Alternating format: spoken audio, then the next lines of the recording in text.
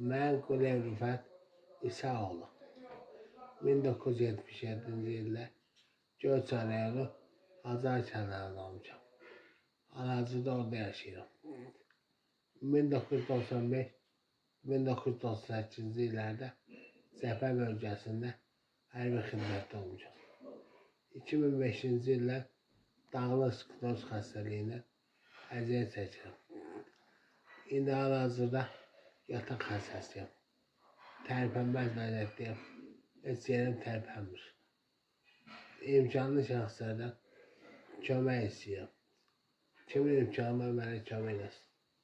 Düzdür, hökumətdən pensiya alıram. Aldığım pensiya dərmanlarıma, müalicəmə, böyrələrimdə daş var. Uzun müddətli stent qoyduram. Ona bezlərdən istifadə edirəm. Ona gedir. Çatdıra bilmirəm. Çox xahiş edirəm. Kimin imkanı var, Allah rızası üçün mənə kömək eləsin. Həmişə onun üçün dua edirəm. Allah köməyiniz olsun.